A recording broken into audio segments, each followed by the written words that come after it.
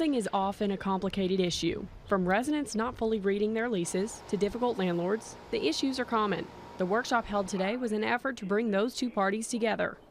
Officials shared today that in the city of Lexington, over 50% of residents are renters. So the intention of this workshop was to bring those people together to show them their rights as renters. Workshops like these have been happening since last year, and officials and attendees alike agree that it's an issue that needs to be addressed. Housing is scarce, and so if you can find a good situation, to me, you want to remain in that good situation. The workshop was an opportunity for renters to ask their own questions. Is there any kind of action that they can take? But also highlight topics that could benefit renters, like repair and deduct benefits. When a condition in your property is materially affecting your health and safety as a tenant, the landlord has 14 days to fix those conditions.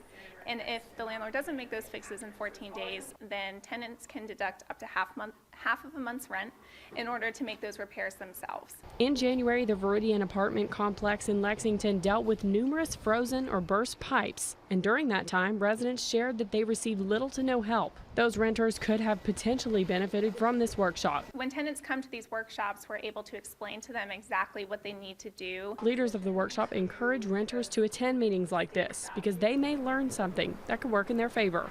In Lexington, Lucy Bryson, WKYT. Well, if you missed the workshop today but are interested in attending in the future, the group plans to host more in the coming months and even a Spanish workshop in August.